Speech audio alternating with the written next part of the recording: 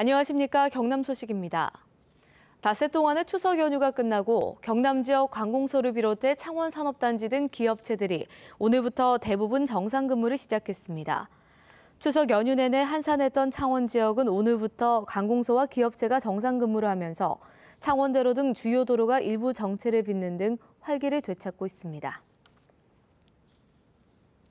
낙동강 홍수통제소는 어제 오후 7시 50분을 기해 낙동강 밀양 삼랑진 지점에 어제 오전 내려진 홍수주의보를 해제한다고 밝혔습니다.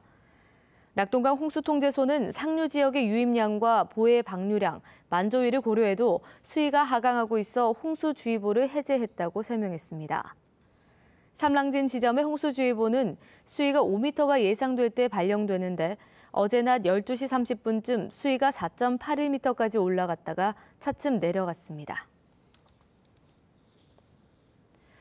창원시의회가 의원들의 투표 결과를 비밀로 하는 무기명 투표로 안건을 처리해 논란입니다.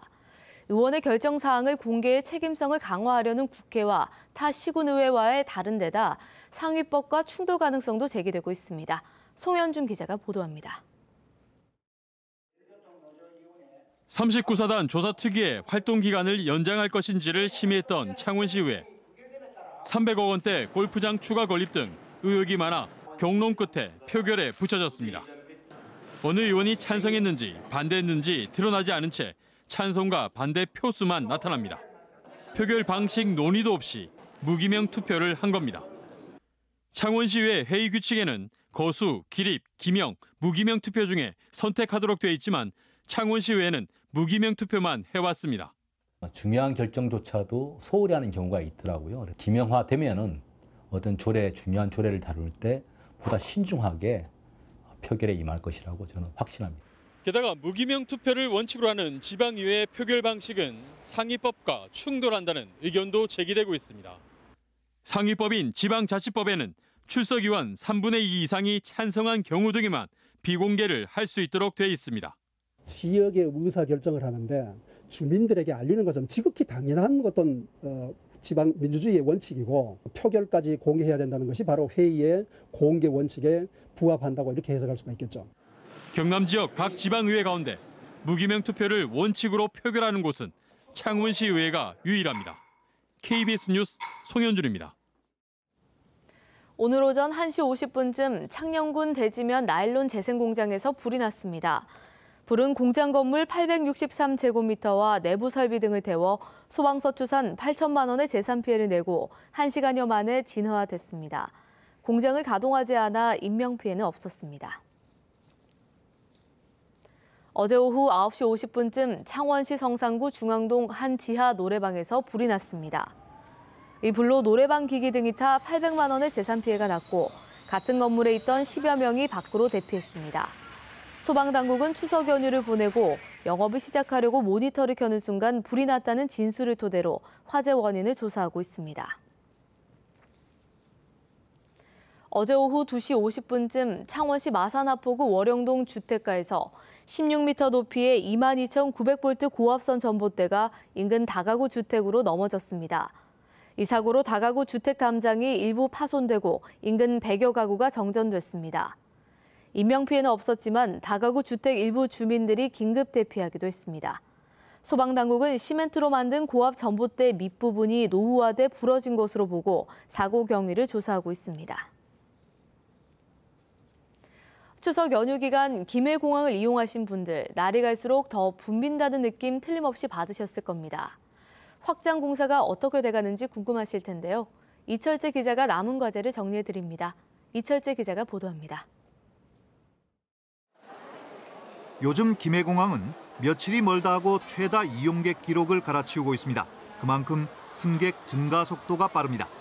완전한 포화 상태가 되기 전에 확장 공사가 마무리될 수 있을지가 초미의 관심사입니다.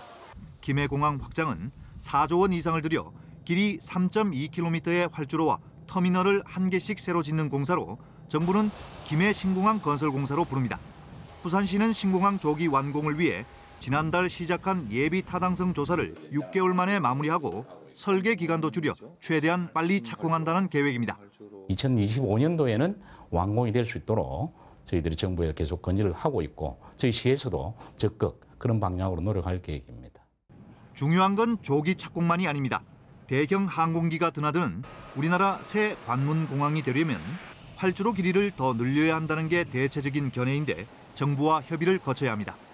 소음 문제를 근본적으로 해결하기 위한 수용과 이주 등 정부 차원의 대책도 필요합니다. 영호남이 쉽게 접근할 교통망 구축을 위해서는 인접 도시와의 협력체제 구축도 중요한 과제입니다. 이에 따라 부산시는 우선 인근 울산, 경남 등과 이달 말쯤 협의체를 출범시켜 본격적인 논의를 시작할 계획입니다. 부산시는 김해 신공항이 부산의 미래가 달린 서부상권의 발전과 등록 엑스포 유치 등을 견인할 수 있도록 신공항과 연계한 중장기 도시계획을 새롭게 구상하고 있습니다. KBS 뉴스 이철재입니다. 경상남도와 자매 지역인 일본 야마구치에서 보내온 한일 교환 뉴스입니다. 일본 히로시마에 투하된 원자폭탄 피해자를 추모하는 연주회와 아프리카 문화를 알리기 위한 요리 강습 소식 등을 전해드립니다. 시민보 아나운서입니다. 일본 야마구치시 현립대학 강당에서 피아노 연주가 울려 퍼집니다. 연주곡은 간절한 기도를 담은 아베 마리아와 원자폭탄을 허락하지 않겠다 등 8곡입니다. 관객들은 구슬프고 애절한 피아노 음색에 빠져들었습니다. 이 연주회는 1945년 일본 히로시마와 나가사키에 투하된 원자폭탄으로 죽거나 다친 사람들을 추모하고 생존자들을 위로하는 행사입니다. 本当に聞くたびにやっぱり平和を大事にしないといけないなと思います。子どもたちに本当に今の平和の世界を残してやりたいっていう本当それだけですね。 연주자들은 원자폭탄의 무서움을 알리고 두 번 다시 같은 피해가 발생하지 않기를 바란다는 메시지를 전달했습니다. 일본 시모노세키시에서 우간다 요리를 만드는 요리 교실이 열렸습니다. 우간다는 아프리카 동부 케냐 서쪽에 위치한 인구 3,500만 명의 나라입니다. 강사는 우간다에서 온 유학생. 우간다의 대표적인 아침 식사인 양파와 토마토 요리와 밀가루 반죽을 구운 요리 등이 선보였습니다. こんなチャンスはみんな習いたいということを知らなかったので今経験して嬉しいです。 참가자들은 일반 시민들로 아프리카 요리에 관심을 보였습니다. 日本にいたら絶対食べることないものとか自分で作り方が全然わかんないものとか多かったんで、知れてよかったです。美味しかったです。 참가자들은 일본과 우간다 음식의 문화적 차이 등에 대해 토론했습니다. 국제협력 시민단체가 주최한 이번 행사를 통해 해외 문화에 대한 일본 내의 관심을 짐작할 수 있습니다. KBS 뉴스 시민보입니다.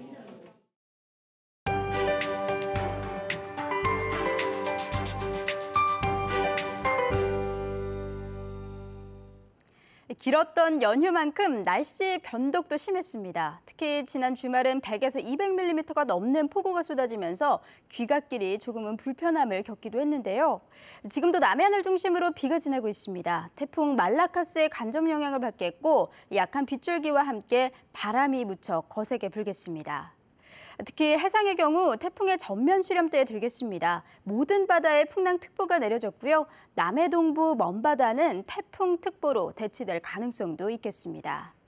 이 시각 위성 영상 보시면 현재 남부지방에는 구름량 가득한 모습입니다. 종일 흐린 하늘빛을 띠겠고 남해안을 중심으로 내리는 비는 오후 중에 대부분 그치겠습니다. 현재 기온 살펴보면 창원의 아침 기온 19도, 그 밖의 지역은 20도 안팎에서 출발합니다. 출근길 공기가 조금은 서늘하게 시작하는 점 염두에 두셔야겠고요. 낮 기온은 거제 24도, 김해와 밀양 25도로 어제보다 2, 3도가량 높겠습니다. 서부 지역도 기온 자체는 오름세를 보이고 있습니다. 하지만 여전히 평년값에는 미치지 못하는 점 참고하셔야겠는데요. 내륙을 중심으로 낮 동안 산발적으로 빗방울이 떨어지는 곳도 있겠습니다. 새로운 한 주는 대체로 맑은 날들이 많겠습니다. 기온도 평년 수준을 유지하겠고 완연한 가을 날씨가 이어지겠습니다. 기상정보였습니다. 김해 씨가 어린이집 통학 차량 사고 예방을 위해 홍보 영상을 제작해 안전의식을 강화하기로 했습니다. 합천군이 전통 막걸리 제조 방식을 자동화 시스템에 적용한 생막걸리를 출시했습니다. 고성군이 군의 많은 변화를 반영하고 역사를 새롭게 정리한 고성군지를 20년 만에 발간했습니다. 산청군이 오는 30일부터 열리는 산청 한방약초 축제를 앞두고 막바지 준비에 박차를 가하고 있습니다. 국내외 조선소와 기자재 업체들이 참여하는 2016 국제조선해양산업전이 오는 26일부터 29일까지 창원 컨벤션센터에서 열립니다. 이번 행사는 국내 조선산업 현실을 고려해 행사 전시보다는 수출 상담회 위주로 진행되며 친환경 선박과 중소조선산업을 주제로 공동회의가 펼쳐집니다. 조선산업 불황 여파로 참여업체는 129곳으로 2년 전의 절반에 그칠 예정입니다. 제10회 북천 코스모스 메밀꽃 축제가 오늘부터 하동군 북천면에서 열립니다. 축제 기간에는 북천면 직전마을 40만 제곱미터 들판에 코스모스와 메밀꽃밭이 활짝 핀 가운데 일반 호박보다 20배나 큰 대형 호박과 8천여 점의 토종 호박 전시가 전시되고 수십 종의 다양한 박이 걸린 희귀 박터널 등이 운영됩니다. 지난 2006년 처음 시작된 코스모스 메밀꽃 축제는 다음 달 3일까지 계속됩니다. 경남에서 의령군의 교통안전지수가 가장 낮고 창원이 가장 높았습니다.